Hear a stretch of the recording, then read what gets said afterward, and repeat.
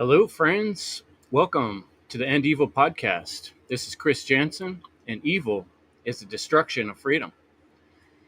Recently, we've been having some conversations about the power of words, about clarity, meanings, definitions, and I decided, when thinking about it, that a good next step would be to move on to the next level of communication. And I do think that communication is key in these times we're in, because how are we going to change things if we can't communicate with one another? And how are we going to work towards a better future if we're confused about what's going on right now? For instance, one of my favorite symbols is right behind me. You see the tree of life. And to me, the tree of life represents interconnectedness.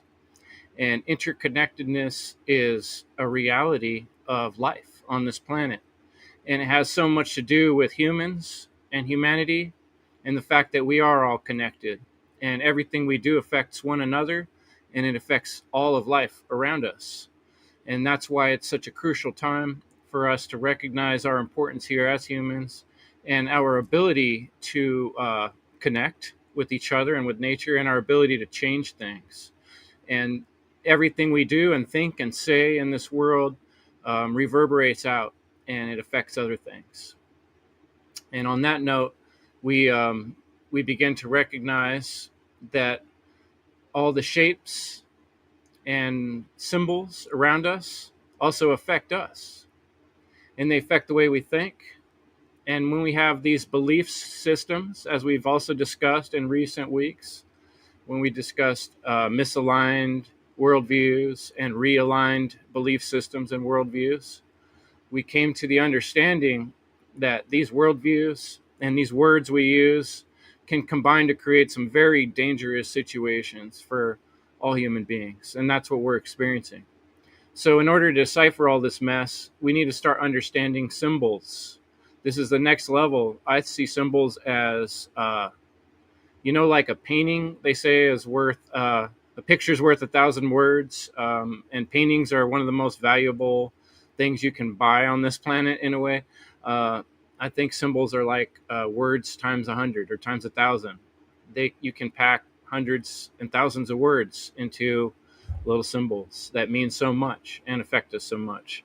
And so that's about all I want to say for the time being, because I have some other wonderful guests here tonight to help me with this topic, because this is a complicated topic. It's a deep topic, and I wanted to bring in some expert friends to help decipher and unravel this topic. So I have with me today a couple of my wonderful warrior friends, one great work warriors. Sorry about that. Hey, we're going to play that at the end. That's something cool I was saving.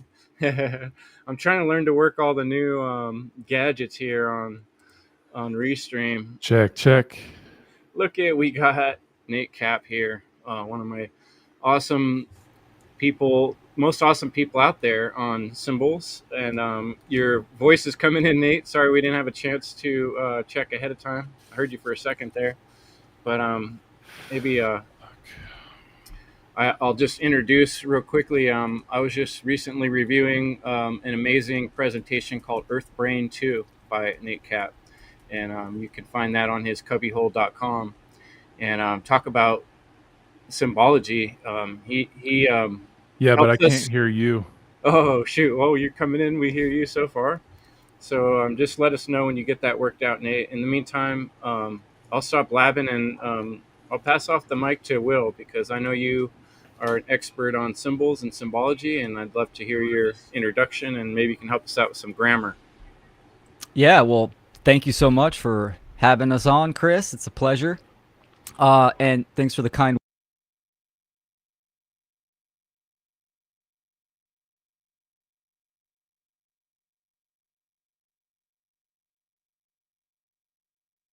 unseen and seen realm.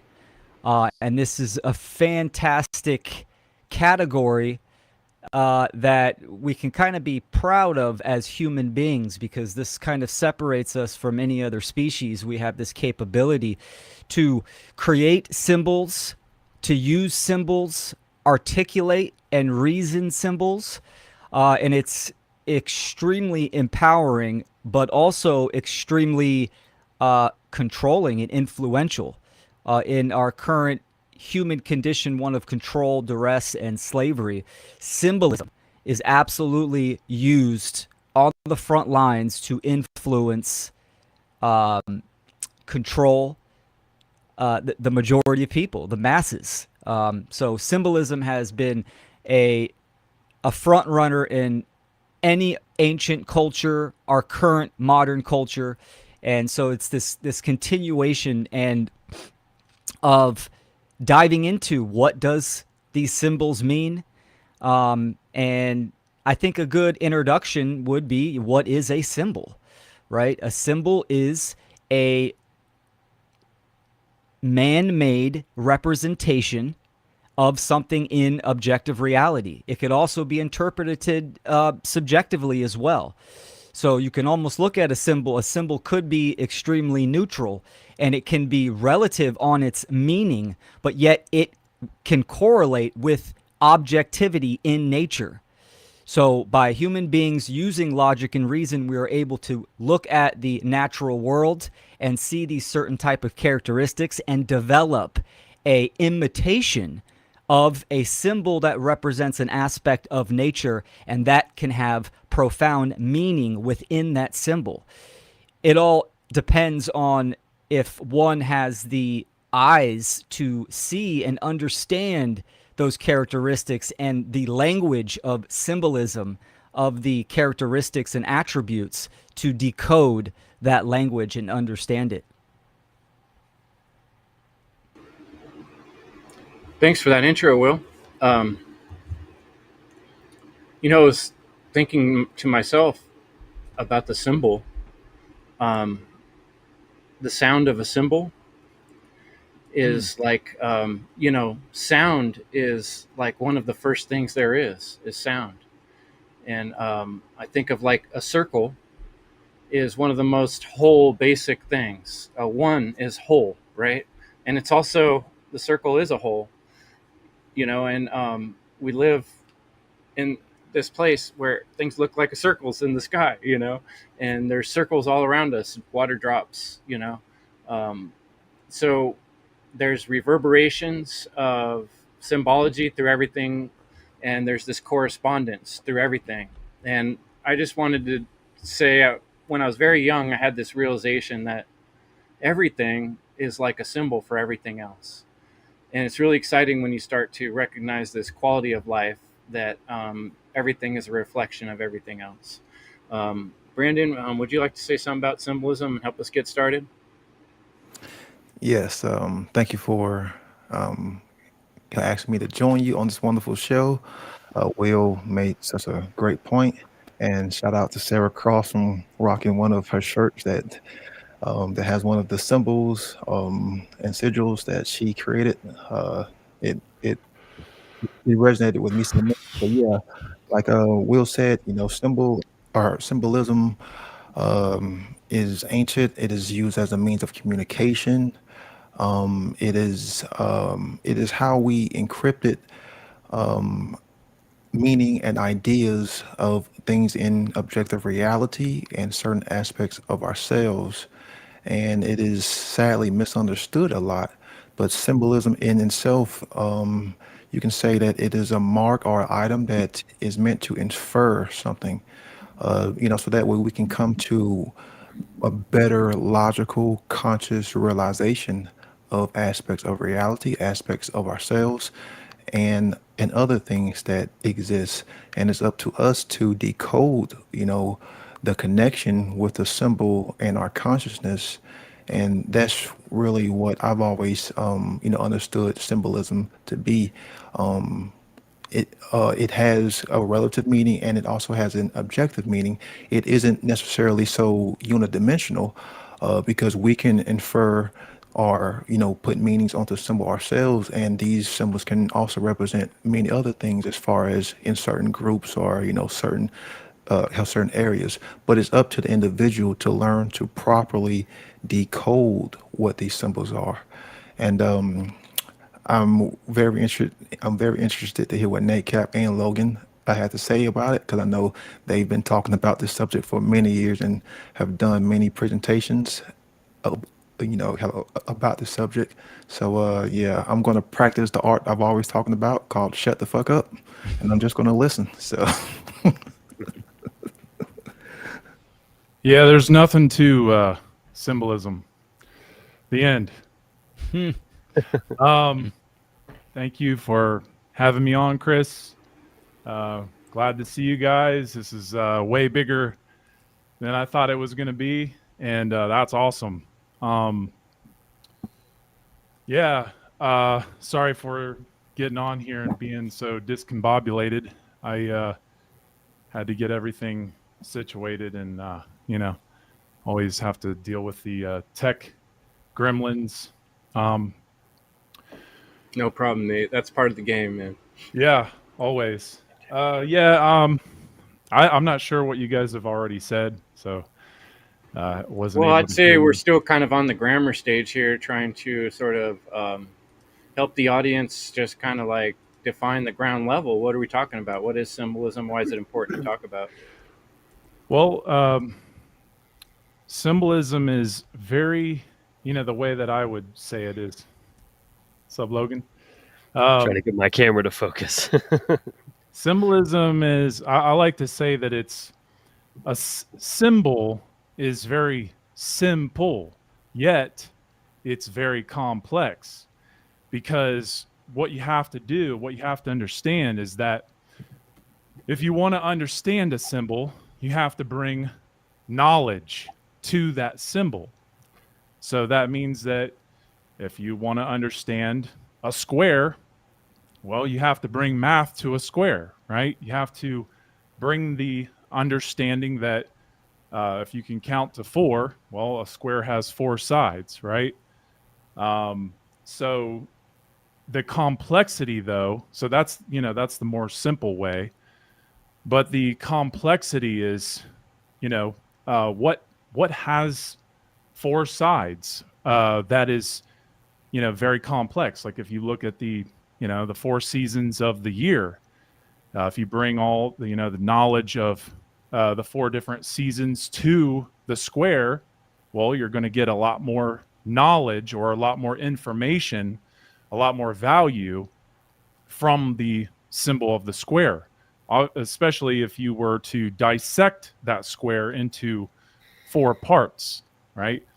And one of the things, because a lot of people say that there is no such thing as any power to symbolism, or symbols are just what you make it to be, but it is, there's so much more to it than that.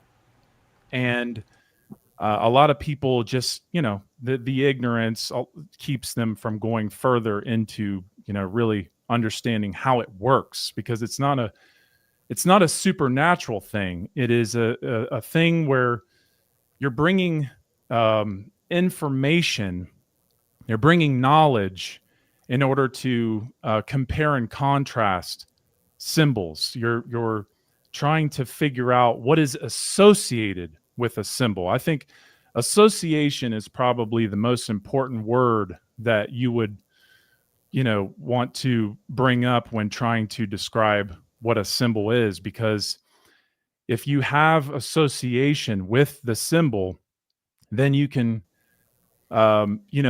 begin to understand how to compare and contrast with other symbols. I think I've said this before with Logan, is that we're always using symbols. We're always when we're speaking, we're using bundles of symbols. We're using words, and symbols are principles. And so what you're trying to do is you're strengthening the principle, you're strengthening the symbol. So when you're using the symbol, when you're using bundles of symbols as a form of communication, you're staying true to those symbols. You're staying true to the sound of those symbols, so you can convey messages more clearer, or ideas more clearer. So you're trying to, that this is why I really like that, Chris, you have, with the One Great Work Warriors. I really like what you've done with bringing the clarity of meaning, of words, and definitions. And it's just so important that we understand that we're using symbols every time that we're communicating words. And so if people can understand that, if people can, um, uh, they can, I think that they can, what's the word I'm looking for? They can associate themselves a little clearer when, or what is the word? Basically, they can see what you're saying a lot clearer when you, or what you're conveying when you're trying to explain that symbols are, in the words that you're using. So that means that they too are using the symbols. So the clearer that we are in the fact that we're using symbols in words, this can really, to me, be the breakthrough that can really help people understand symbolism. I'm not explaining that as clear as I want to, but I think you guys get the point. I know I don't want to take up the whole, airways. Well, we were happy to hear as much as you could say, because we kind of, a lot of us look at you, Nate, as like the symbol guy, like, and it's funny too, because you are a guy who does caricatures, which are kind of like symbolic representations of people with their personality, which is really fitting. Fitting, that seems like a appropriate word too. But Logan, you got your audio working there? You want to Yeah, talk? can you guys hear me? Yeah, sounds great. Yeah. Yeah. And Excellent. pretty focused now, huh? Yeah, I'm trying to let my inner Virgo chill out because it's not quite right, but it's good enough, right? Good We're all enough. dealing with the little gremlins tonight. Right when the show started, my whole computer went crazy. So if I seemed a little lost, I was dealing with something too. But Yeah, on with the show. Thanks, Logan, for really appreciate you coming. Talk about another expert on this topic. I appreciate that, and thanks, Chris, for having me, and to all you wonderful gentlemen here on the panel and everyone watching in. I appreciate you all being here. So, what I wanted to share on this opening kind of segment is, to me, symbolism is so closely linked, what's the word, inextricably linked to the fundamental basis of all spirituality, which from my view is animism, which is at its simplest form direct interface with, there goes the camera, it's better now.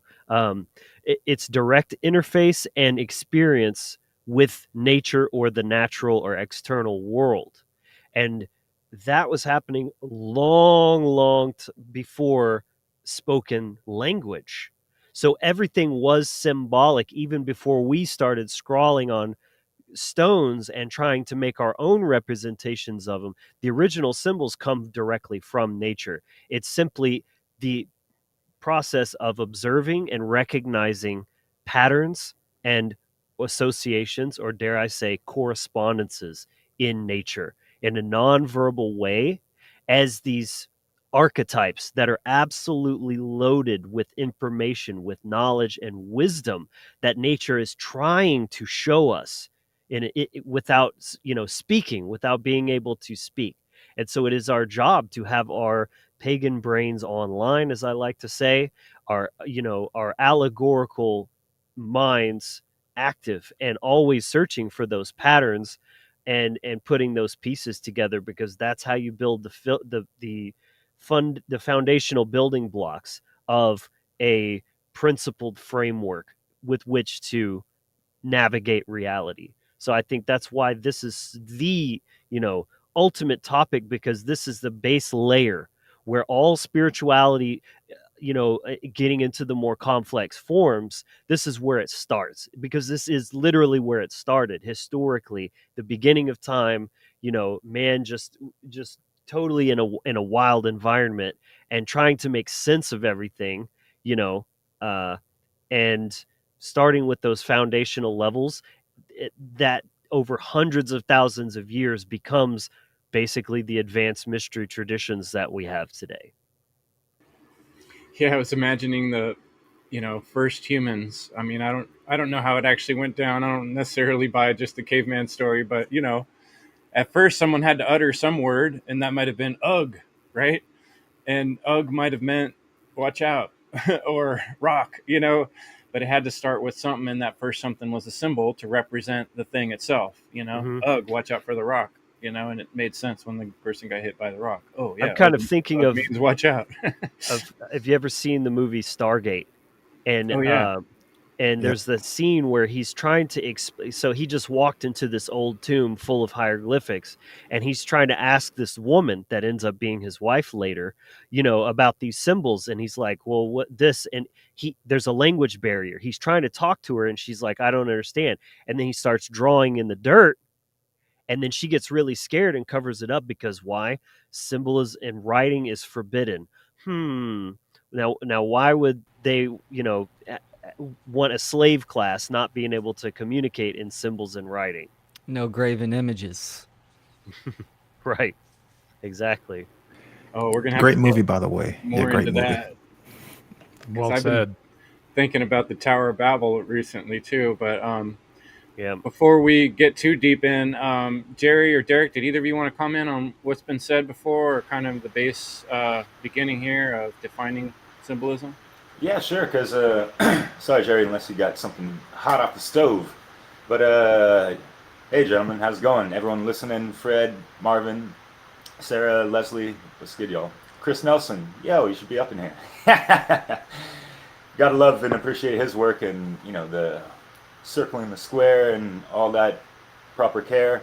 But Logan, what you mentioned, yeah, like nature is corresponding to us. Like we're in correspondence right now. It's kind of like communication.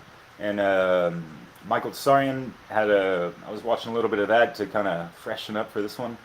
The subversiveness of symbols. I think it was in the Conspiracy Con, like 2003, something like that. Subversive use of symbols, yeah, that's the one. And yeah, he mentioned, and I quote, the universe is speaking to us through symbols. It's not through words, really. Even though a lot of us, we can say that, in the beginning there was the word or whatever, right? But that could be symbolic of, logos, or the breath of life, if you will, things of that nature. So, all those religious semantics aside, yeah, symbols are very, very, very powerful, and I think it's really important to have this type of discussion and keep it fresh in the minds for people, because they're we're inundated by this on a daily basis, whether it be for the good or the more subversive ways of this thing, and throughout the history of mankind, yeah, symbols have been used as talismans, all types of tattoos. I mean, think about all the art and symbols in the tarot, alchemy, runes, astrology. Chris, you mentioned, there's like circles in the sky in the beginning, and I was thinking about that one song, and was that symbolic of something when they were talking about the wheels in the sky keep on turning? You know that one? It took me a long time. Like, what are they talking about? Like, they're talking about the sun and the moon, or like the astrological wheels within wheels, that kind of stuff. So there's a multitude of layers that we can unpack with certain things that are being said or displayed or portrayed or conveyed, and all these things. And it's just really great to have a deeper appreciation for these things, but also catch the manipulative sides of them as well, and kind of recognize, oh, they're throwing out that symbol, so we know who they're affiliated with, that kind of stuff, right?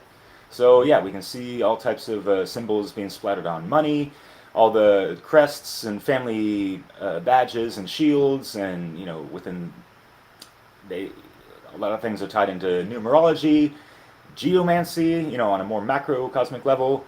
And of course, yeah, like what is our alphabet built upon? I think Brandon, you mentioned that in our One Great Warriors chat to a degree. And just think about the word today, like just break it down. Alpha, bet, alpha, beta. I gotta research that later. But anyways, so yeah, we gotta really take in mind, a lot of these inversions and perversions because, like, wow, like people are drawing lines since, the days of the caveman. What does it all mean? And who is putting whatever meanings and intentions behind certain things, right? And of course, with the inversions and perversions of them, think of the classic, satanic, pentacle and how they like to have that. Which, by the way, is that still below the elephant in the Republican Party? Those inverted stars. I don't know if it's like that with the donkey, but anyways. Jerry, what's good, man? I know you're in Mexico with the serpent and the snake. Man, what's good? What's up? I don't know if about the star underneath the Republican party you said. Anyways, thanks for inviting me, Chris. I'm very appreciative to be here. Like Brandon, I'm just gonna shut the fuck up and listen because I'm not strong in this area, but I've been enjoying everything everyone said so far, and although there's some tech gremlins, we're communicating with each other, teaching each other this through the internet. So I'm appreciative. I'll pass it to you, Chris. Thanks, Jerry. Thanks for coming. Love your support. So, one thing I came across, and I was doing a little research ahead of time, and I came across the word monad, and I was thinking about, this is basically a word that describes elementary, simplest unit. And the circle with the dot in the middle is something that you talked a lot about, Nate, in your presentation, the spire. And that was very interesting too. And I think that part of our existence here is raising our consciousness. It's obvious that there's the material world, but there's all through history, all this lore and a lot of this symbology, the symbology that we're especially interested, that we call occult symbology because it's been hidden or it shows some hidden meaning, is the most interesting. And it always points to the mysteries of life. And there's so many mysteries. And symbology, I think the one thing that really occurred to me today, too, when reflecting on this, besides the idea of the monad, the one thing was that we represent our, symbols are representing something, representing, to show something again. And when we show something again in a different way, it allows us to review it, look at it in a different way. Words that we try to be clear with, we try to be succinct, we can use them technically.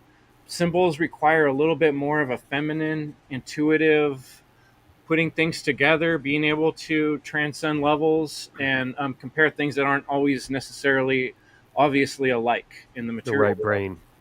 Right. So yeah, on that, I'll pass it on. Let's get a little deeper into the symbol thing. And if you want to jump in, Logan, go ahead. Otherwise, I was going to go to Will next.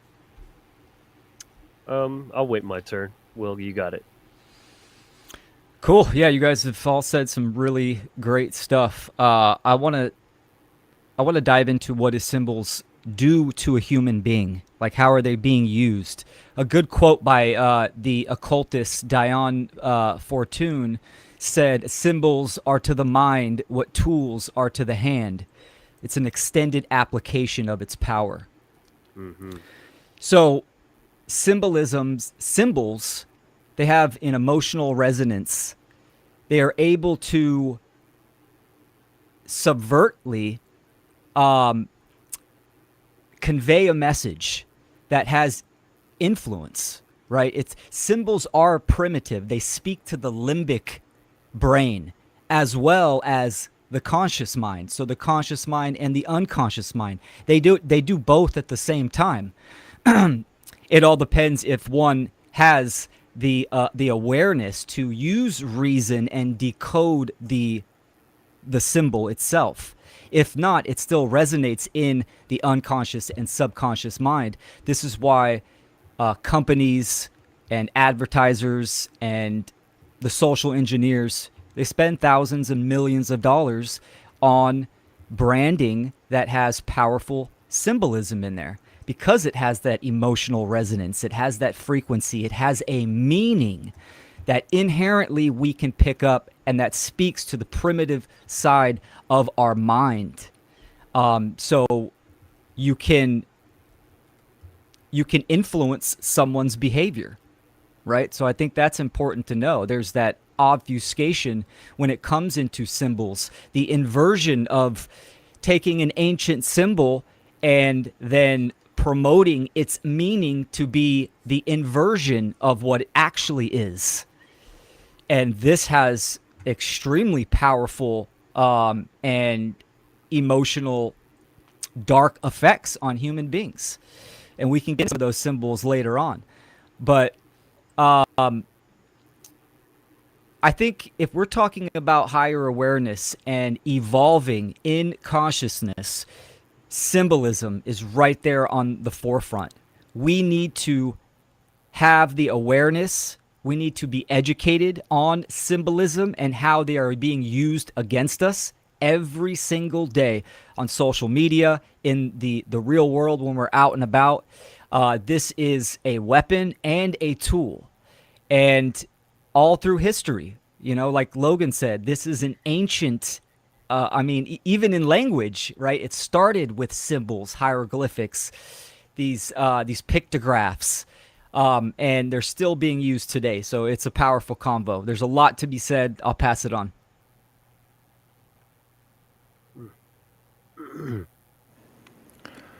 Well, yeah, I know we all talk about, how natural law and morality a lot because it's important, but symbolism is possibly the next most important thing as far as what we need to understand to raise our consciousness and evolve our consciousness.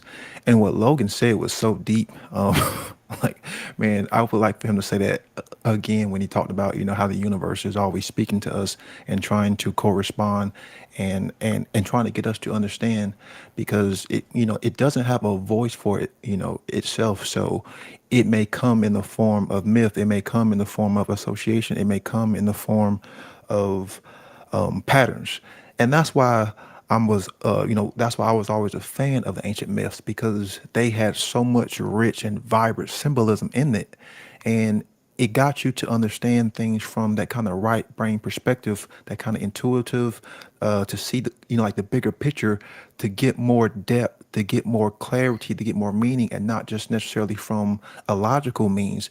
But with the myths, you could use the imagination to understand these concepts. You can use your imagination to understand what what the main message was being conveyed, and that's why we should get back to reading and understand these myths because they had a lot of rich allegory and symbolism inside of it. And we really do need to become more symbol literate. I know this is what I said in it was last week's episode, but how Michael Tsarion was famous for saying that how man is always or man is a symbolic creature, and we need to get back to that original form. That's something that NACAP, is always talking about. Like getting back to the purest form and getting back to the original state, the original form. And that's what we should all be aspiring to, is to get more of an understanding of ourselves and of nature and the objective reality. And with these symbols, we can learn to, compare and contrast to get a better interpretation, to get a better representation, because we have to keep going deeper and deeper in our understanding of things, and not just settling and say, hey, yeah, I've learned this and I'm going to stay there. No, keep going higher, keep going higher, keep going deeper, keep going deeper. There's always more meaning. There's always more definition. There's always more clarity that we can come to learn. And that's what symbolism is there to help us. Mm-hmm.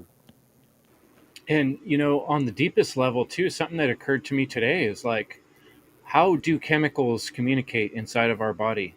And what are they? Right? If you were to look really small at a chemical, what is there? There's shapes, right? There's tiny little shapes in there that interact with other shapes. So, at the microscopic, tiniest level, our body and everything in nature is communicating with shapes, not words. Through forms, Yeah. yes.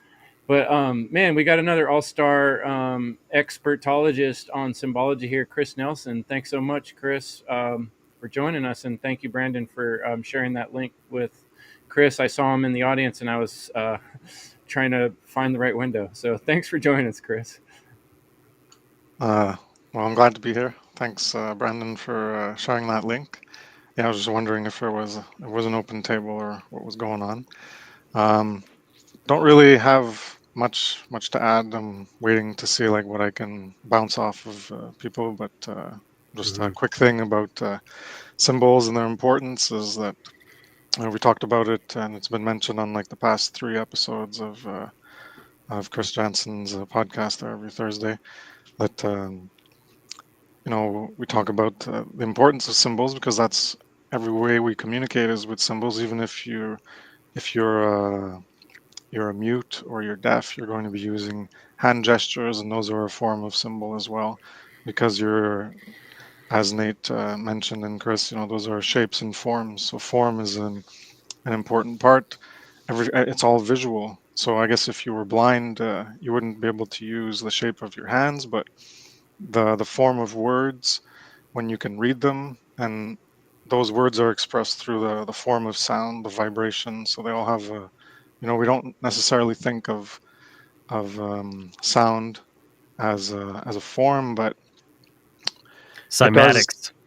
Yeah, well, I guess if you put like powder or crystalline or sand or some object that is small enough to respond quickly to vibrations, then you can see certain geometric shapes represented by those forms.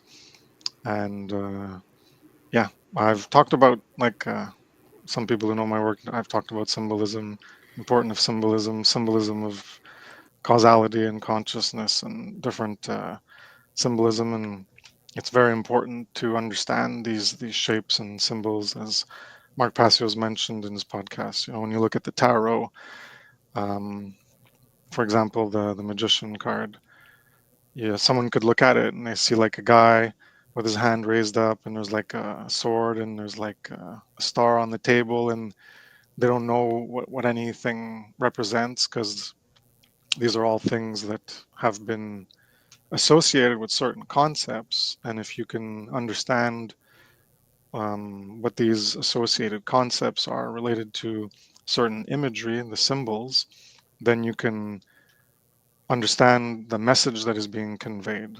So again, the letter E or a cup, all these things, we could say that they're arbitrary in terms of what they mean, but at a certain point, we give them meaning. So whoever is, I guess, the first come, first serve to give something meaning, then they imbue that thing, that form, that shape, or that sound with a certain meaning, and then that meaning is repeated across time. So then there's an agreement upon what that meaning is, and those who can learn what that meaning is and use it themselves, then they can engage in communication.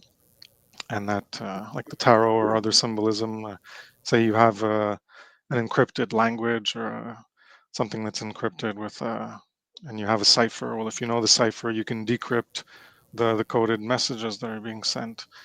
And I'll just end it there. Yeah, you made me think of They Live. It's like if you got those glasses, you can decode what's going on all around you. And that is really the bigger picture of the context of why we're talking about this topic, because symbolism and symbols would just be whatever, right? If it wasn't for the fact that it's crucial in the understanding and the context of the world we're living in and what's going on to decipher, because there is something that is to be important, very important things to be ciphered, especially in the things that have been occulted. So yeah, we kind of didn't make this just open invite to the audience this week. This was kind of more of a focused episode. I feel very honored to have Nate and Logan and Will and Chris here, and Brandon, you guys and Derek that have really like been out there for a long time doing this work have been symbols to me of freedom, of justice, of truth. And when I very first got started, and I bumped into Nick Cap's work and Brandon Martin and Logan Hart. These guys were out there, representing natural law and truth when I first discovered it, and so they inspired me. Inspire, talk about inspire, right? So that's what we're here to do, all of us, to whoever might be listening at any moment, is to represent truth, to represent freedom, to represent natural law, to explain these things. And so, in order to do that, we have to decipher the symbolism and the belief structures that are keeping people from being able to see these truths because they're self evident and self discoverable. So, I'll pass it off to Nate. You got anything to add? Yeah, I appreciate the words, and I also appreciate what you said about me doing caricatures. Um, I actually was thinking about that because that's a good point. I, um, as a caricature artist, I have a very exaggerated, abstract mind, and I think in form, and so yeah, every single person is a symbol. Every single person is unique, right? And so, in order to get to know a symbol, like if you wanted to get to know me, you would have to come to me and get to learn about me or study things about me, and that's the same as a symbol, and it's like a good symbol is something that will let you know how ignorant you are or how nescient you are. One of the things that when I first got into this type of information, I immediately understood that I was very ignorant. I immediately understood that I was even nescient to a lot of information. And therefore, I realized that because I could admit to that, um, I started to learn that symbolism is something that like a good symbol is something that will draw you to it. Like for instance, a swastika. A lot of people are really afraid of swastikas, especially Jewish people. But that's because of the negative connotation that's tied to it, right? There's a lot of awful atrocities that are tied to that symbol, and that symbol is, every symbol really. Any good symbol is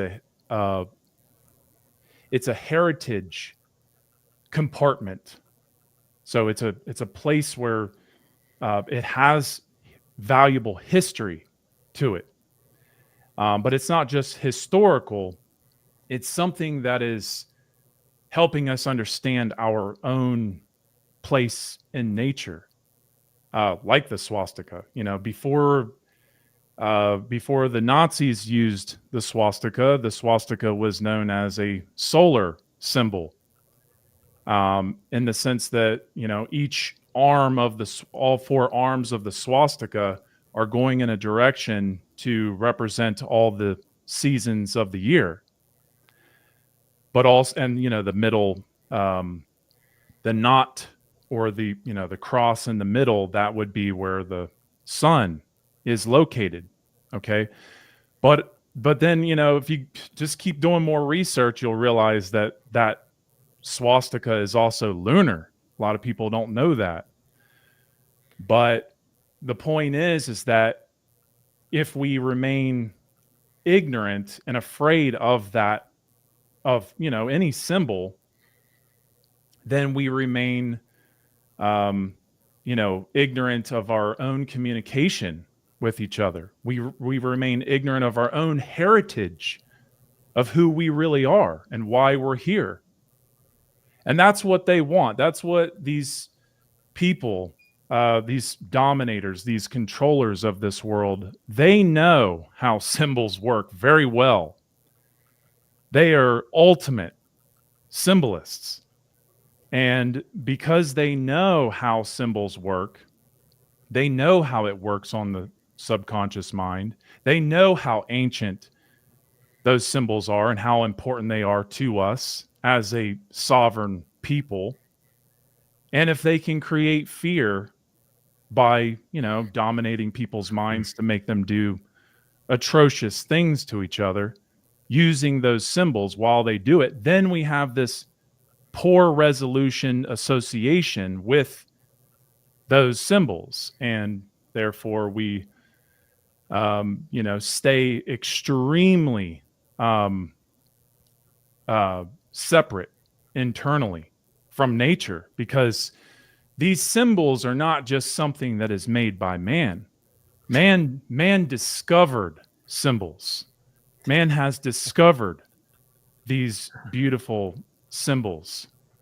And the reason that man has discovered these beautiful symbols is because man is trying to understand himself and trying to understand how to survive. And the reason, think about the seasons of the year with the swastika. We're trying to understand when to plant and when to harvest. So how do we keep track of that other than a calendar? We keep track through symbols. The symbols are what help us, especially something like, the zodiac or the swastika, or other types of symbols that can really help us understand cycles. And I know I'm going really far, but I'm just trying to help us understand just how important it is to recognize that your ignorance, our nescience, even because we come in contact with symbols, if you keep on digging enough, you'll come in contact with symbols that you never knew even existed, because you are the discoverer of that symbol. Therefore, you're nescient of that. But once you become conscious of it, now you start to, now you have a big responsibility to pull that out and to, learn more about it. But the point is if we remain ignorant of those symbols, or if we are ignorant, a lot of people, it's fear. It's not just ignorance, it's fear. But if we can look into the things that we fear the most, go search deeply into those symbols. Look very, go do all the research associated with those symbols. Then you will understand the language of symbolism. Then you will understand just how important symbols are. It's just like swimming. You don't just magically know how to swim when you jump into the water. You have to jump in and begin to swim, or figure out how to swim. But also, you probably want to maybe do a little bit of before you go in the deep end. You probably want to do a little research on how to swim, or ask people how to do it before you do it, so that way you can have some kind of technique or some kind of method. That can, keep you from drowning or, looking like an idiot.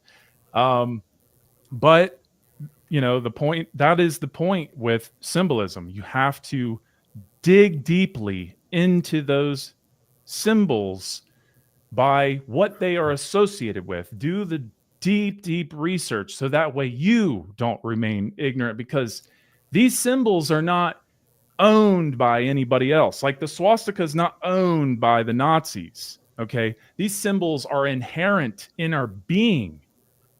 Okay. These forms are especially these very, simple forms, like the circle or the square, the triangle, the swastika, the,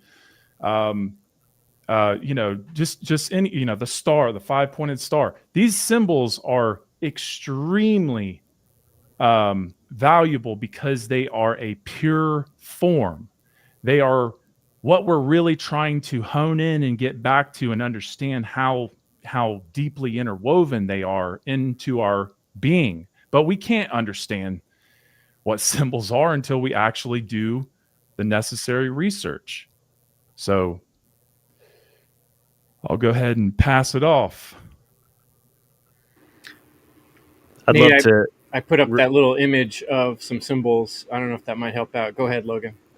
Yeah, I'd love to riff on some of what Nate just said. I was laughing because as I was writing certain notes, Nate was almost saying them word for word what I was writing out. Me too. I just stopped writing because Nate was on a tear. Yeah. Yeah. So I wanted to reiterate that's a point that I really wanted to emphasize is that symbols are not man-made, they are man-discovered. They all originally were sourced from nature, most of which people that came way before us and have been essentially nesting more and more refined understanding of what that symbol encapsulates within that as a sigil of sorts, and then a talisman, which is it's just fractals of symbols packed into symbols basically. So I the reason I wanted to really emphasize this point too is because I think for a lot of people that are even remotely aware of what's going on, when they think symbolism, first thing they probably think of is like, oh, they're mind controlling us with movies and the news and the colors that they flash and all this kind of stuff. And yes, that stuff is absolutely going on, but to me, it's important to keep first things first. If that's the first place your mind goes, you're still carrying the trauma of that systematic mind control and gaslighting and all that kind of stuff. That's where your brain is wired to. I think it's important. Like that's just a good indication of why we need to uh, stand in our own power and understand where things came from. It didn't start as this perverted version of it that's being weaponized against us now. That's a very, it's like a sliver of it, but it's ancillary. What's most important is understanding those symbols for yourself, going on your own journey of discovery and exploration into what that all means, not only from the objective sciences that are there, because again, the symbols are coming from nature, not from man, and they have inherent meaning because the universe has inherent meaning. This is the crux of like the antithesis to postmodernism, that all values subjective and morality subject. No, there is inherent meaning and reason, right? The universe is rational and it wants to be understood. And that's so important that I'm trying to emphasize here, that is your spiritual journey. That is every individual. And it's not about what a very small percentage of psychopaths are doing with this. That is your birthright. And for you to understand and be empowered by. And when you are, those things hold a fraction of the power that they once did before on the unsuspecting or the unwitting mind that has no concept of what it's actually seeing, and so it's twofold. You enrich your own life through your study and the deepening of your knowledge of yourself and the universe and the operating system of natural law, but then you're also by by extension you're beefing up your own defenses against psychological warfare. So, I thought it was kind of, I'm saying, you want to drop the baggage of thinking of symbolism as mind control and understand that that is a perversion of something extremely important and sacred that we should all have a firm grasp on. That's the first thing. And then I wanted to sort of muse on the title that Chris chose as symbology, because understanding the difference between symbolism and symbology, because symbolism is simply symbols and maybe their usage or something like that. Symbology is the science of understanding, and that's where the real power is. Symbolism in and of itself isn't useful at all, but when you step into the ology, the study of the gnosis, that's where you're going to really come into what that's there for to begin with. Very well said. Yeah, and we got a little clip I'm going to play at the end. Wasn't sure how the stream would handle it, but Derek picked out a really cool little clip, and he talks about that difference between symbolism and symbology in that clip. So, and there's a little musical, juicy little musical clip that Derek put together that I also have saved for the end of the show. But you know, I had something right on the tip of my tongue I wanted to say, but I lost it. So whoever was next, were you about to say something, Nate? Oh, okay. I mean, We I have can. we were about to hear from Will or Chris, I think. Derek and Jerry, did you guys? Yeah, sure. I mean, Logan, you brought up a really great point because we see people kind of black pilled and like they're focused, solely on the negative stuff and like they're lying about everything and yada yada yada. And it's like we this is just like the conspiracy 101 stuff, and we got to get over that hump and heal some of that trauma, as you mentioned, It's the for sure. trauma And response. That's what they're yeah, having right. to. Yeah.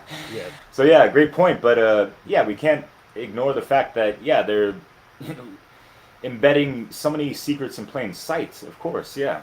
So yeah, it's just a encouragement, with segments like this to help the educational faculties regarding the symbol illiterate population, and this is done on purpose because we're not really properly, you know, introduced to the trivium and the quadrivium, and the quadrivium is more applicable to what we're talking about with symbols and geometry and all these things, right? And y'all brought up cymatics. I had that noted in regards to how like it's just picking up the frequencies of energy, right? And can energy even lie? In a sense, it can be manipulated or distorted, but energy doesn't really lie. We can see the patterns and recognize certain tendencies or that kind of stuff, and have we have all types of instruments for measuring these things, right? So it's interesting of just It's like studying Derek, nature. hermetic, right? Vibration, nothing's ever still, right? I'm sorry to interrupt. Go ahead. Yeah, no, very good. But yeah, it's like we can get easily caught up in the whole like, because like the the dark satanic folks, they kind of want to have us, adopt their mind state, right? Got the mini-me Satanists, whatever, and these folks are obviously obsessed with symbolism. They want to throw it in like a multitude of stuff into like one little thing, and they got the number 33 embedded in all these news stories and all this stuff, and yeah, so they got their calling cards or whatever, and they like to have their puppets, flash those, gestures and all that stuff. And folks really got to understand that, yeah, like all these celebrities and musicians throwing up whatever and wearing whatever, attire and all that stuff that, obviously, alludes to the hidden hands and all that stuff. People need to understand, like, they're just actors and they're puppets. They're not necessarily in the gang per se. They're not major players at all. A lot of them don't even know what they've been initiated into, and they're just being used as puppets. And they're just kind of prancing around as the people's champions, flashing, their dark occultic, inversions of these symbols and that kind of stuff. It doesn't mean that they're like Lady Gaga or Madonna. They are the Illuminati. Like no, like. They're just being used to, parade around with those, symbols for us to acquiesce to, some of that bullshit. Anyways, does that make sense? It does, and you're kind of taking that next step because Logan turned the corner. I remember what I wanted to say now. Logan did a good job of turning the corner and talking about the real crux of the issue. Talk about symbols. Crux is a very important symbol of the cross.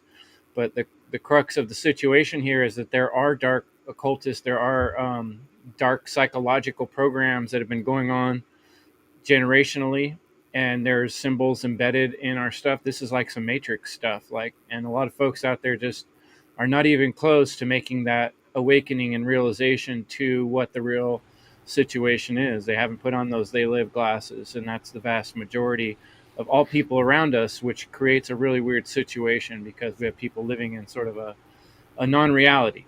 And it occurred to me that doing this work that we're doing, speaking out with our name, with our face, is energetically important. It's a symbolic gesture. That's why I was looking down because I wrote down that word. I was thinking about it. It's a symbolic gesture This problem we're facing is worldwide. It's huge. Evil is rampant in our world. Most people are de facto Satanists, living in a weird state where they're accepting things that are evil as being okay when they're really not. And to come to this realization is a slap in the face of the universe, to realize that, oh my gosh, I'm the only one that realizes this stuff. Out of hundreds and thousands of millions of people, most people don't recognize this truth. And these people here are some of the brave few people that are making that jump, that energetic decision to say to the universe, to say to people, to say it energetically and symbolically, I don't support evil. I don't support this occult, secretive raping of children and manipulative aspect where they're coercing people into paying taxes and supporting their evil deeds. And so if you're not energetically, symbolically speaking against that, then you are kind of getting sucked into it.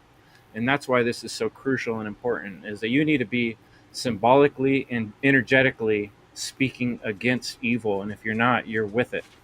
And that sucks to say, but it's the truth. Hand it off to whoever's next. I haven't been keeping track, obviously. I think it's Jerry. If Jerry wants to tap in. Yeah, good one. Yeah, I just want to say that Logan, you really, you know,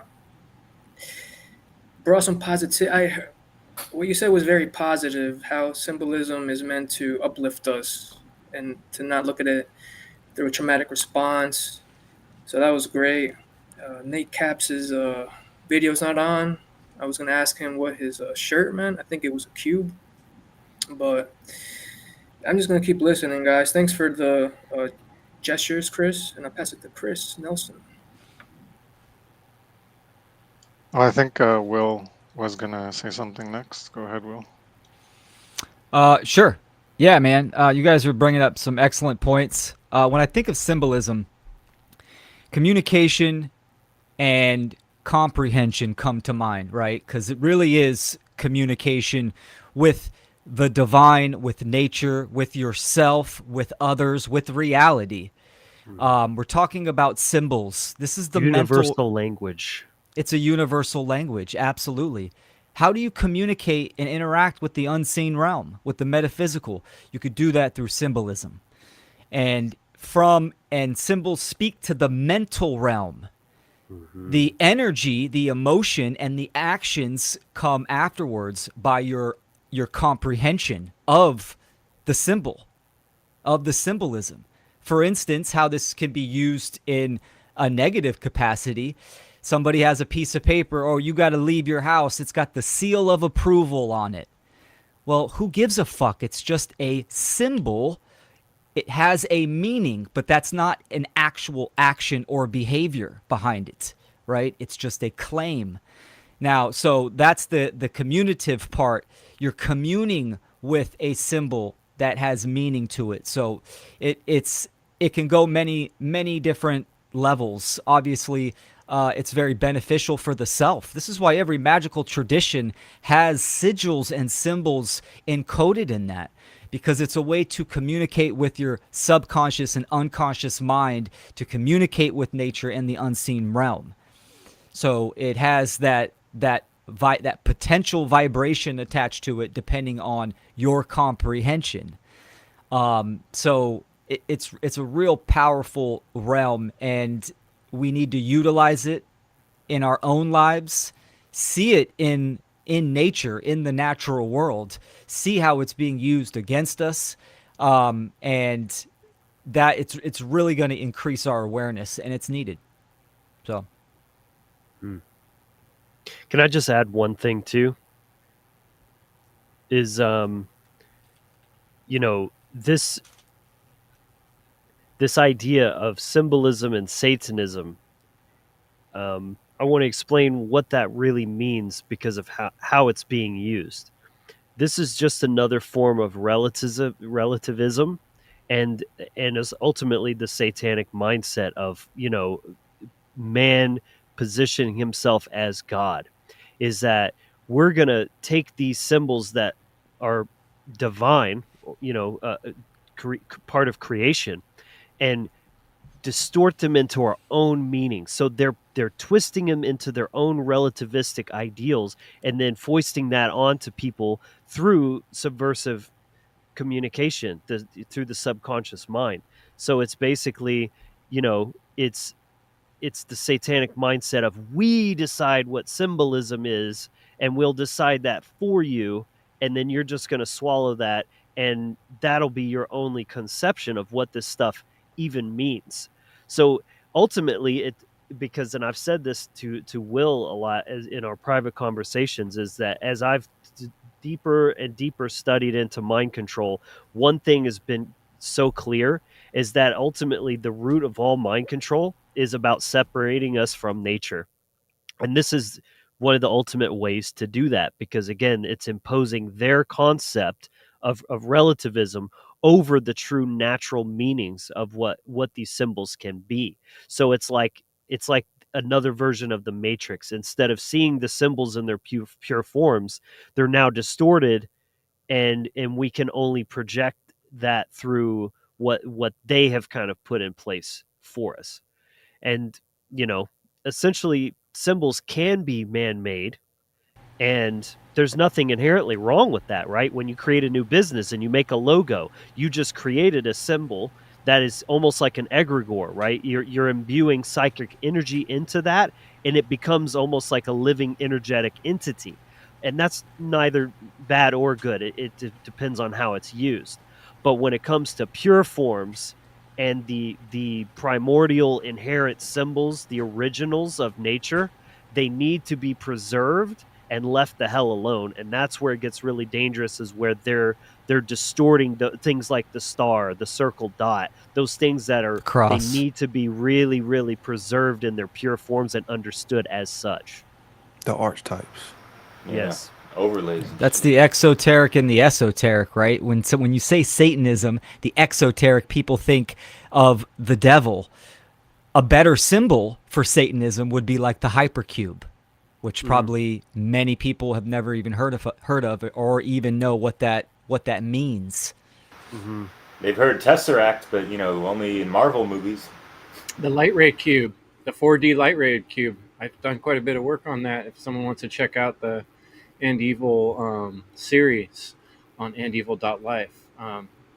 But yeah, that's an important concept. And the square itself, I find to be very particularly interesting symbol because being a carpenter all my life, I've come to recognize that when you look out in nature, nature doesn't produce right angles. In fact, it's extremely rare to see any kind of right angle in Very, very nature. rare. Mm-hmm. And it's pretty easy to build something, the most basic types of structures, using a square.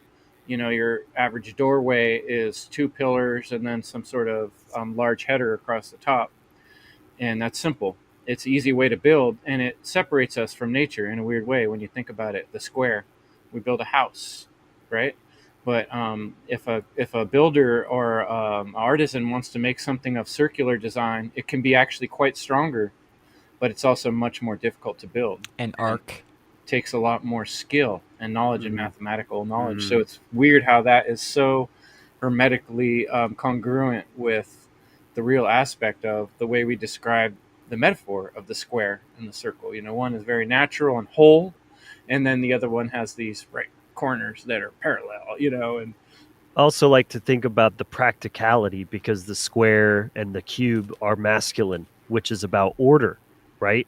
And so when, like, it's a lot easier to have everything shaped like a cube that you can arrange like the furniture in your room. Everything, the parallel lines all line up nice and flush, and it's nice and tidy and orderly. It's a lot harder to do that with round shapes, because Yeah. nothing really fits together. It's all kind of like there's this empty space, and that left brain wants to kind of fill that. I want to hear from Chris. You got something going on in that wonderful mind of yours there, Chris Nelson?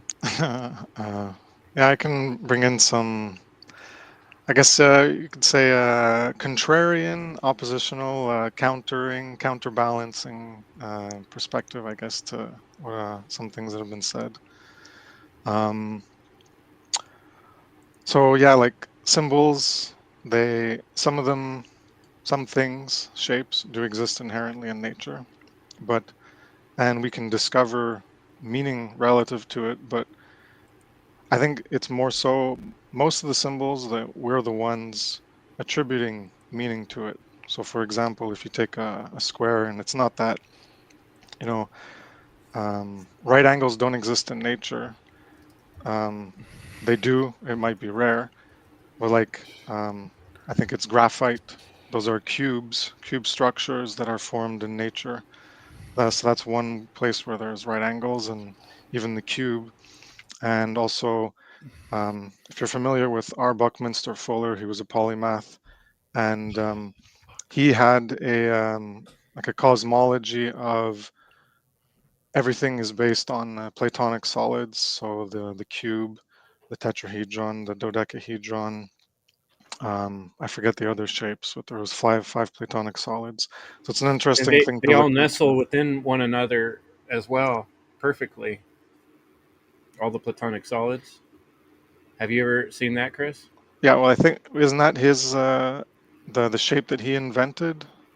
He created a certain one that didn't exist before, and he I forget what he called Oh, it. where he's famous, where he The shows him Fulleron with or that something. expanding ball.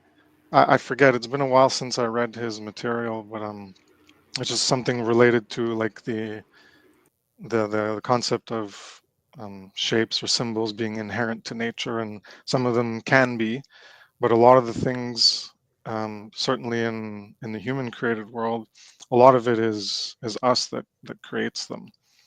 So, like, you could say that there's certain shapes that have more of a pure meaning, but all of these things, like the circle dot itself, isn't in nature. We draw it, right? So we draw a circle and we draw a smaller circle in the meaning and in the middle, and we can attribute by correspondence and metaphor and simile and analogy, we can convey a certain shape and make it related to another concept, like in mind, like Will was saying. And that's what the definition of symbology and symbolism. It's not that symbology is the only one that's valid to look into, or symbolism has no meaning. Is that symbology is literally like the study or interpretation of symbols or symbolism, or the use of symbols. And symbolism is like a literary device or other imagery where you use symbols to represent something beyond a literal meaning. So in the tarot, that's what all the tarot is made up, right? So I mentioned the magician card. You have the sword, you have the chalice. Well, the sword by itself is just a sword, but we can attribute additional meaning to it. We can correspond it to other things through analogy and metaphor and allegory and correspondence. The chalice representing the feminine, but a chalice is just a chalice. A V is just a V. A triangle is just a triangle in itself as a shape. But then we can discover through the correspondence that how this shape relates to other concepts of the imaginal or mental realm, and we can gain greater understanding about this inner reality that we have, that things aren't expressed explicitly in themselves, right? So that's why one of the other definitions of symbolism is learn the art or practice of using symbols to express the invisible or intangible by means of visible or sensuous representations. So again, the sword or the chalice, well, that's the visible thing, and you can touch certain things, like Leslie mentioned in chat. Even for a blind person, there's braille, so you can have shapes on bumps on a page, and then we attribute you can imbue meaning in those bumps, in a certain organization, a certain constructed ordering of those bumps that give a certain meaning, and then people can agree on that, and then they can communicate by way of that agreement of what those symbols mean by that organization and that structure, what it's constructed to mean.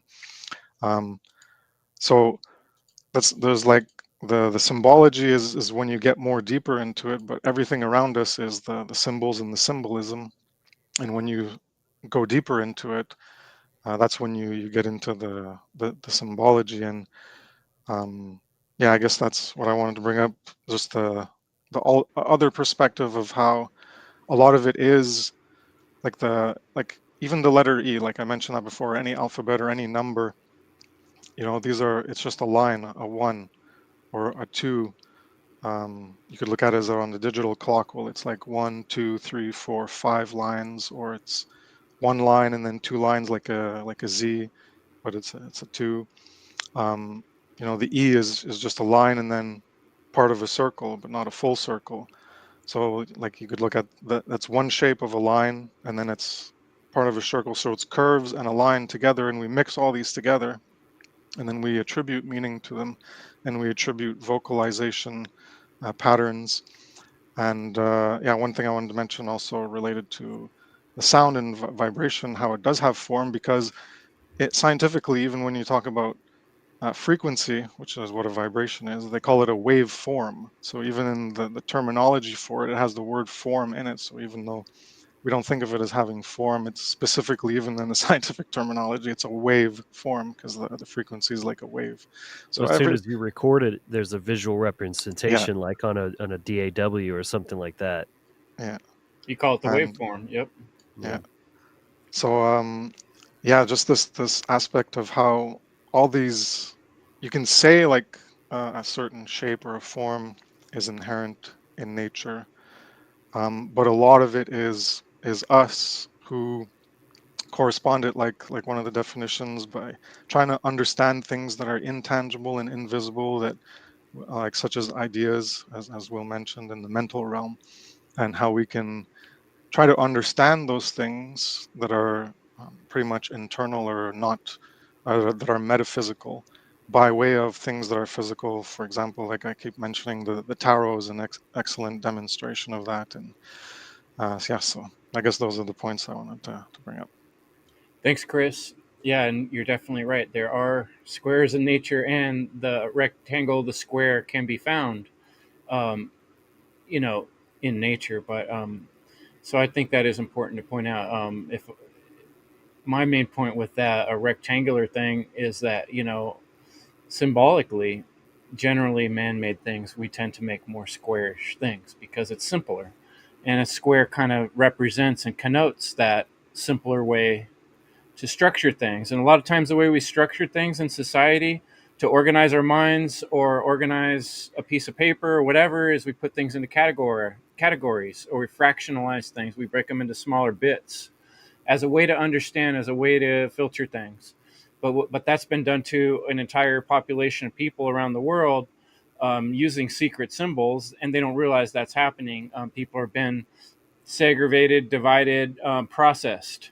And I think of the way people have congregated and created communities all through history. That's been breaking apart. And that's been done in many ways, and in many sneaky ways, to fractionalize people and put us all on different places and not connected to our heritage and not connected to other people to understand what we're talking about. And that's kind of why I wanted to bring back this idea of the Tower of Babel and the modern versions of communication. We have more opportunities to communicate and technology to communicate than ever in history, and yet it's harder than ever to have an honest conversation or disagreement with another human being, because we're all so fractionalized and split up and speaking from so many different perspectives, and there's very little common ground. There's And one so last thing that I wanted to that bring up, leaves was a just fucked up scenario. what you were mentioning is technology. That's something I forgot. Is all of this is technology. As Passio says, there's two ways to create change. One is philosophy, and the other is technology.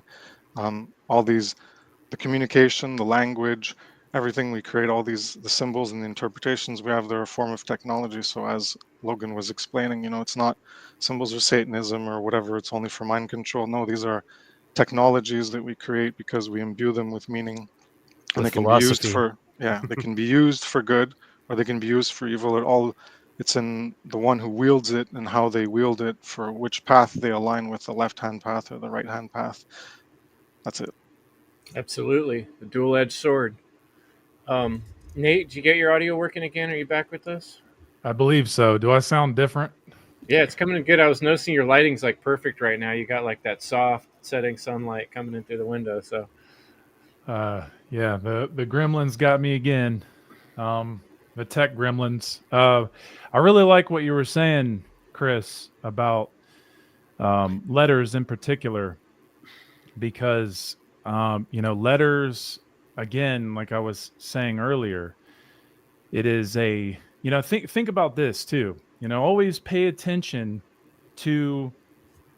I'm going to make my point here in a second, but just pay attention to the phonetics when you listen to words, because think about the fact that um, a letter is also phonetically a letter, like something you send in the mail. And what you're sending in the mail has something in the envelope, right? So the letter is in the envelope, but the point is to think of, when you're sending a letter out, you're sending it out as a form of communication, right? A long distance communication. And that is, it's analogous to a symbol. A symbol is carrying, as as you become conscious, the symbol is carrying that information, waiting for you to bring the right knowledge to that information, or to that letter, to that symbol. All the letters of the alphabet, a lot of people don't know this, they are all Masonic. They're all Masonic symbols. And as you keep bringing knowledge to each one of those symbols, to each one of those letters, you will be able to pull so much information that will really reveal so much more to you, and just how far back those symbols go, especially in the English type of letters, or Latin. We have to understand that each letter has a numerical value in the alphabet. So if we pay attention to the numerical value of the alphabet, we will be able to see the deeper connection and see why numbers like, the first 9 letters of the alphabet are all about the that which is more simple, because 9, 1 through 9, or even 0 through 9, but 1 through 9 in this case, is about understanding pure form. Because as you go into the double digits, it starts to lose its pure form. So for instance, if you look at, the letter C, that's number 3. And we all know 3 is a very spiritual number, especially when you think of the Holy Trinity or the Trivium. 7 is another very spiritually well-known number. And that's associated with the G, the capital letter G. And so when you start to see what that really entails, you have, for instance, the G symbol is a combination. There's another word I was trying to think of, but it's a combination of C and 7.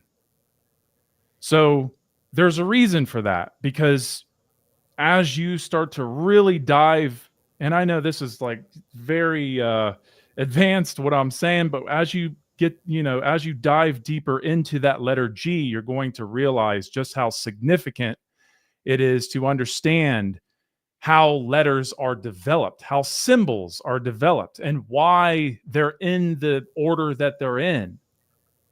There's no coincidence for any of this. It's all structured for a reason.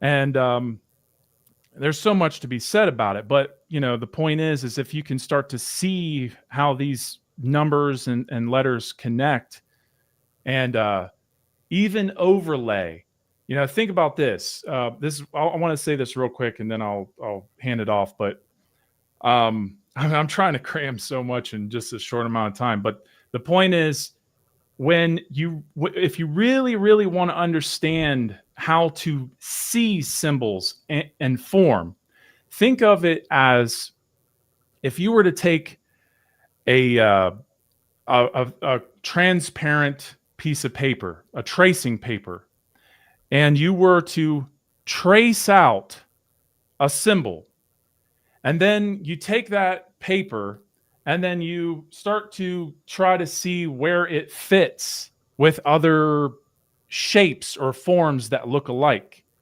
You overlay the tracing paper to see where it fits. So if you see the letter D, for instance, the capital letter D, and you look at a picture of overhead view of a human brain with two hemispheres, well, then you put that capital letter D, overlay that paper onto um, that picture of the overhead view of the two hemispheres, and you see that, well, one of the hemispheres is covered in that capital letter D. Okay, and obviously it's abstract. The capital letter D is an abstract form of the human brain. Obviously, it doesn't look just like the right hemisphere of the human brain. It doesn't have all the mushy gooey slime to it. But the point is that you see the similar shape, right? Now, if you can take that same idea and without the paper and just, have that same concept in your mind, and you can use that wherever you go out in the world and overlay the symbols, the most simple symbols, overlay them on certain things. And that can really help you develop your symbolic mind. So I will go ahead and pass it off. So hopefully that made sense. Um, Real quick, Nate, great points. Jerry had asked earlier about the symbol that was on your shirt. And I know that symbol can be talked about until the end of time, but for someone who wasn't aware of it, can you just like kind of sum it up? Yeah. I actually meant to. I briefly heard that was Jerry, right? That said that. Yeah. Yeah. So this symbol. This actually goes with what Chris was saying earlier about this square, which is building with the square, and that's one of the most beautiful things that anybody could ever awaken to, because um, this is the 3-4-5 ratio. This is akin that well this is Euclid's 47th proposition symbol, okay? Or you could say this is Pythagorean theorem, the 3-4-5 ratio. And basically what it is in a nutshell is it is all about the eschatology. It's about the study of final things. It's about the triune brain, or the Holy Trinity. Okay, so I'm going really, really extreme with it, but just so you understand, 3-4-5, and the 3, which I just talked about being spiritual. You have the father, the mother, and the child. Okay, so this is the spiritual rebirth. Okay, now I'm taking you way back to Egypt to explain that, but this symbol is something. This was discovered during Neoplatonism, but the point is to understand that the work, or the amount of information that is stored within this symbol is so much deeper. It's so much deeper than Neoplatonism. It is a very ancient symbol, especially when you understand this 3-4-5 ratio through the what's called the Egyptian string trick, which is how they were able to find a right angle by having 12 knots of a string. And so if you were to take a 12 knots of a string, equidistant between each knot of the string, and you were to basically put two pegs down north and south and wrap that string around to where you have three knots or three spaces between the knots going from south to north. If you pulled it to the west, that's the important part. If you pull the two ends of the string to the west, you will find the right angle triangle. And this is a very beautiful moral lesson that you can learn, especially regarding ma'at, which means that which is straight, because it's about being straight in your being correct, being just in your actions, in your behavior. And there's some, I know I'm going too far. We can also, Nate, go super practical on that. You know, I'm going to come back to my carpenter thing. We use 3-4-5, the very common, like first thing I'm going to do is lay out where I'm going to build something. Is I'm going to get out some strings and stakes and I'm going to pound them in the ground and I'm going to say, hey, Will, can you run down that one? And I'm going to put my tape measure out 3 feet and then we're going to make a mark. And then we're going to send the tape measure 4 feet in the other direction. We're going to make a mark. And then we're going to balance it. And we're going to make sure it's exactly 5 feet between those marks. And if it's not, we're going to move our stakes and our strings a little bit until it is. And it's funny because that process you do over and over in the building process. With all the technology we have, we're still out there doing basically what you're calling the Egyptian string trick in modern day building. It's that essential and crucial to building to get things square, because if your foundation's out or your strings were off in the beginning, everything you build from there on is going to get more and more worse. It's going to go from being 1/8 of an inch out to 1/4 inch out to 3 inches out. And so it's super real and practical in the real world too. And it is a very symbolic of the real situation where we all have to keep checking ourselves. Right. We have to keep checking ourselves. And sometimes we need a friend to help hold the other end of the tape and help see if we're measuring up to what we're saying and that we're being right in ourselves. Absolutely. Right? So it's, again, that's all very symbolic and real of our spiritual life too. And very Straight practical. up. Very Yeah, well straight said. up. Now tell me. Yeah. I thought you were going to bring up the westing part as well. But Mayat, yeah, keep it level, balanced, harmonious. Yeah. Got that natural love. Scales. Another very important part of 3-4-5 is trivium, quadrivium, and 5 senses. That's one of the most practical things that people can learn on how to apply the 3-4-5 in their lives.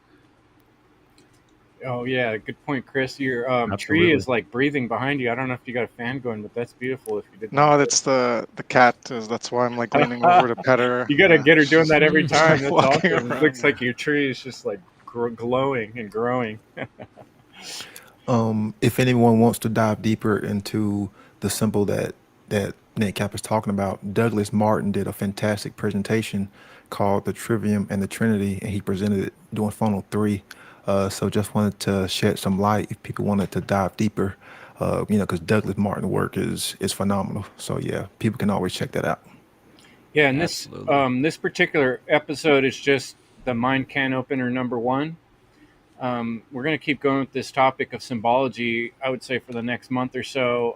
We have an awesome One Great Work Warriors episode coming up next week.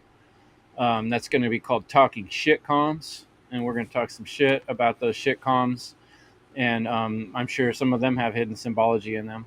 But after that, I'm going to come back to this topic. I'm going to do some kind of more like one-on-one focused talks and really try to, there's a lot here with symbology. We're just barely scratching the surface and opening this topic. And I really appreciate some of you hard-hitting experts coming tonight and helping me get started with this topic. So I think we'll close it up. Any last thoughts? Anybody wants to share, feel free. And then I got some cool little clips I'll play that Derek contributed to run the show out. So, yeah. I'll jump in with a closing statement. I think one of the most powerful symbols to understand is yourself. You are a symbol for life, divinity, potentiality, and what you do in reality and what you do matters. And you are discovering and creating the meaning of the symbol, which is you. So that's something to take into consideration. Maybe that's why Prince just went with the symbol. So he made his print. He made his prints on the world, huh? His leopard print. How are you representing yourself? Yeah, are we man. putting our Cut the mage gill. in the image of ourselves? You know, a proper image. You know, with using that imagination, that imagination, and someone else had a good play on words of just in image nation, that kind of stuff. So, yeah, that's why the pentagram is one of the most powerful and ancient symbols. It's also the Pythagorean isosceles triangle triplicate, which is the triangle, right? The most stable geometrical shape, the three aspects of consciousness. And it's the molecule of water, which is the essence of life. And when you apply the human being on top of the upright star, the pentagram, then you get man in its full potential, head pointing towards the heavens, to divinity, with the root chakra towards the ground. And this is also why it is inverted, for that inversion of nature, truth, and reality, where the head, the mind, is pointed towards the underground. So, it's you could spend a lifetime on understanding meanings. And I've always said you can have a full-blown awakening and awareness of what's going on in the world by defining words, getting to origin and etymology, and how and which words are used today, and symbols. 100%. Yeah, you could also look at the pentagram as as Osiris as well, because it's the material is below. You want your feet on the ground, but your spirit is raised, and that's what the Osiris myth is all about: is raising up, elevating into the heavens. Yeah, man. I would say too, just as my own sort of parting words on this topic, this is a vast, I mean, it's so unfathomably vast as a body of work to study into. It's a lifetime thing. So anyone that's interested, or, whether you're starting out or you're piqued your interest from this conversation, or, you're a little bit further along, that would be my one advice as somebody that's been studying this for, 15 years at least. Is it's pace yourself. It's a very long thing, and you're not going to get it right away. And even I don't get it. You know what I'm saying? It's an ever becoming process of refining and going deeper, and pulling from eclectic sources and bringing them into that your own sort of tapestry, because that's what it's all about. Is that the symbols come from everywhere. They're sourced from every possible angle, and so it is a tapestry out there, and then you're bringing that in and weaving your own tapestry of understanding and gnosis. So make sure you're looking at many different places. Like you can go to a Jordan Maxwell or a Michael Tsarion. Those are excellent sources, but you're not going to get everything just from going to one or two spots. You got to be as eclectic as possible. That's where you're really going to get the most holistic and well-rounded understanding. What was the episode where you and Nate did such a good, thorough conversation with Osiris and all? I finally made it all the way through. I loved that talk. Yeah. What was the name of it? Yeah, we did. It's called The Myth of Osiris, and we also did another episode called Green Language, which I think those go really well together. And that's actually, I'm glad you brought that up, because that's another thing too, is symbolism isn't just about, a star and an axe and a circle dot. There's many sort of schools. It's almost like, magic, and then there's these different sort of specializations. So language and letters, but the spoken word, in green language, that's a big part of it as well. And you got to have all the pieces of a broad spectrum. It's an ecology, just like anything natural law based. That's what nature is all about, is an ecosystem of interconnecting parts. So you can't get too compartmentalized on that. Yeah, Nate Great Cap's point. circle dot presentation is top notch, yo.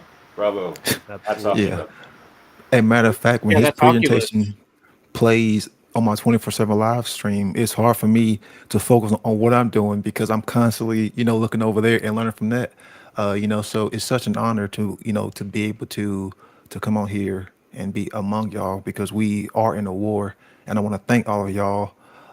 Because I've learned so much from y'all, and like I say, not only with Nate Cap's work, a lot of times when y'all's a presentation is playing, I'm always focused on that. And Logan, I would love to get some of your work uploaded onto the 24/7 live stream because you bring so much to the conversation on natural law, on symbolism, on paganism, on animal, on animism too. So hell, would love to get some of your videos uploaded. But I want to thank all of y'all because I've learned so much from y'all. So. Thank you, man. Likewise, Brandon. Yeah. You too, man. Hey, Absolutely. what's the channel that viewers can go watch your 24/7 player? Right now I'm on Twitch and I just started it on Rumble.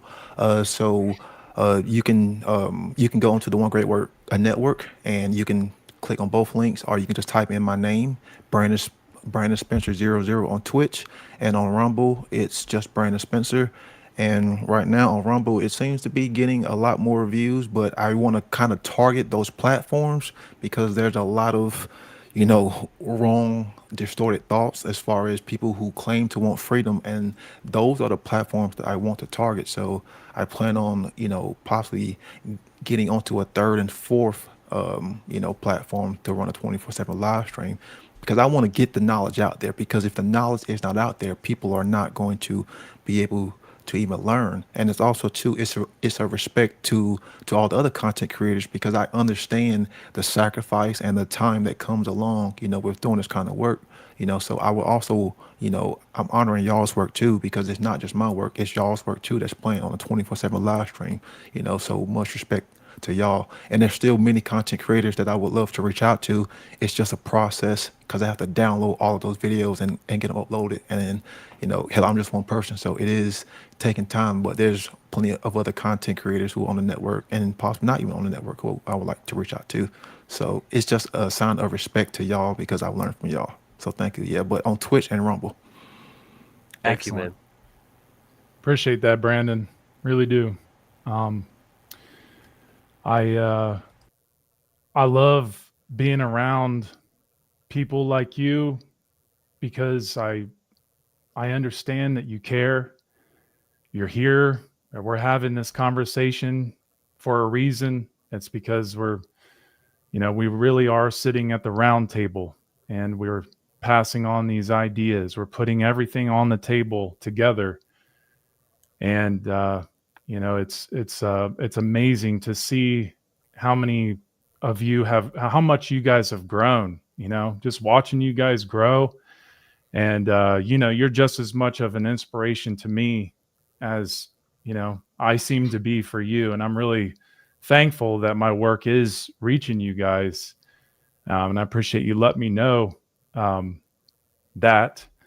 Um, and so I really appreciate everything. I have a lot of gratitude towards these meetings and towards everybody who really gives a shit about things that are very much overlooked. And it is really what's going to bring us back to nature. That's the thing that people have to remember, is that symbolism is really what brings us back to source. And that's because geometry is the ultimate especially sacred geometry, is the ultimate language, universal language that is, that we can communicate with nature or the creator. And, one thing I just want to leave everybody with that's listening is that if you can just remember or even write down the most simple way to remember what symbolism means is always just, because there's quite a few really important definitions of what symbolism means, but to compare one thing with another, that has been one of, so it's like, if you can just remember, to compare one thing with another is a hub. It's a central point that you bring information to, bring symbolism, compare and contrast, definitions, compare and contrast. If you can always remember, compare one thing with another, that will always help you with, centralizing yourself with the information as a place where you are truly learning and truly building upon, different types of information that, comes from that contrast or comes from the associations. So, yeah, that's my piece. And I really thank you guys again. I'm really looking forward to doing another one of these, and hopefully I'll be able to, be a little bit more simplified in my explanations. It's difficult in these dynamics to really try to open this stuff up. So anyway, thanks Yeah, again. thanks, Really Nate. appreciate it, Chris. Yeah, thanks for showing up. And this was sort of a last minute invite to all of you. So I really appreciate just being willing to just jump on and kind of this live format. It does seem like it gets a little bit more attention out there. So I think it's important that we learn to do that. But I want to keep going on this topic, and we're going to have some more focused discussions. Eventually, we're going to get Brandon Martin in here, and I wanted to mention his new series out on seedtruth.com, Beyond the Forbidden Veil. It's really a series on the occult, and the first episode's on initiation. You guys should check that out. Spend some time at the Wizard Factory. Spend some time on willkeller.com, evolveconsciousness.org, cubbyhole.com. There's so much out there. Brandon Spencer's live stream, which I just put the links in the chat. Awaken Your Mind YouTube channel. It just goes on and on. I appreciate these warriors out here doing this work and symbolically destroying evil, and that's what we all need to be doing. So take the ball, listeners, and run with it. We're going to go ahead and cut out here, and I'm going to play for you guys some awesome clips provided by the wonderful Derek Bartolocelli. Appreciate everybody's presence and words tonight and symbols. Thank you. Appreciate you all. Thanks.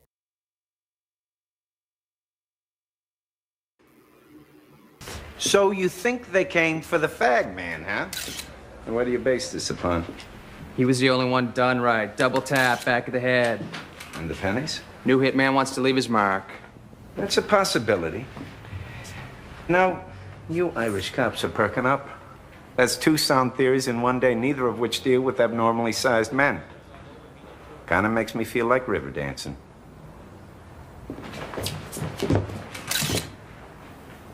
Another possibility is they were placed there with religious intent. Okay, some cultures still put pennies in the eyes of the dead, or silver. The Italians, the Greeks. Sicilians. So, what's the symbology there? Symbology? Now that Duffy has relinquished his King Bonehead crown, I see we have an heir to the throne. I'm sure the word you were looking for was symbolism. What is the symbolism there? Let me explain it to you. In Greek and Roman mythology, when you died, you'd have to pay the toll to Charon, the boatman who ferried you across to the gates of judgment. This made sure the dead came to atone for what they did during their lives, the Tetradola Papaschalius. Jesus, you're the first one that ever got that. Yeah, well, I'm an expert in nameology.